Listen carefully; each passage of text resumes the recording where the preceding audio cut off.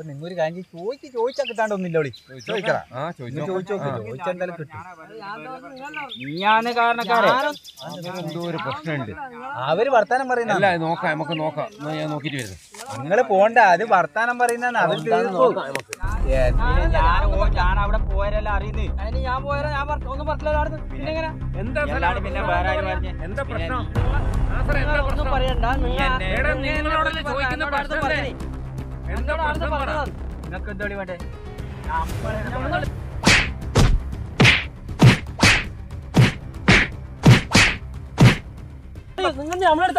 പ്രശ്നം ചോദിച്ചാ എന്താണ് ഗഫൂർക്ക, എന്തിന്റെ ആവശ്യം? അവര് സംസാരിച്ച് തീരുന്ന പ്രശ്നല്ലേ, അത് നിങ്ങ വന്നിട്ട് വലിയൊരു അടിയാക്കിയില്ലേ? ഇതിന്റെ ആവശ്യമില്ല എനിക്ക്. എന്താ